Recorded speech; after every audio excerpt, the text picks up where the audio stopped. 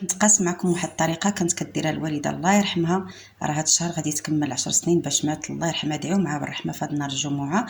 كانت كدير هاد الصريرات ديال الخزامه، كتجيبها وتنقيها وتغربلها وديرها هكا في خنيشات، تديرها في قلب الملايات، كديرها في كل طبقه في المريو في وسط الحوايج، كديرها في اي بلاصه خافت عليها تغمل. حنا كنا ساكنين حدا البحر وقراب بزاف للبحر، وسبحان الله ما كيوقع حتى شي حاجه، لا في ملايات لا في داك اللعاب اللي تعرفوهم ديال الصوفه، حتى شي حاجه. الحوايج كلشي كانت كدير فيهم هاد الصريرات، كيبقى ريحتهم زوينه، حتى لا غطيتو بهم الضياف ديالكم كتبقى فيهم ديك الريحه الزينه ديال الخزامه، وكتحافظ عليهم باش ما كيوقع لهم، ما كيدخل فيهم بكتيريا، ما كيغملوا، ما حتى شي حاجه.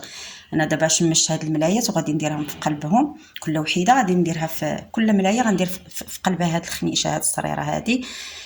خذوا حتى ديك الخنيشه ديال الثوب اللي كنتسخروا فيهم، قطعوهم وديروهم على شكل صريرات. اللي ما عندكمش هاد الساشيات هادو، راه في الصراحه كيحافظوا على الحوايج من الريحه الكريهه، وكيحافظوا عليهم من البروده ومن الغموله.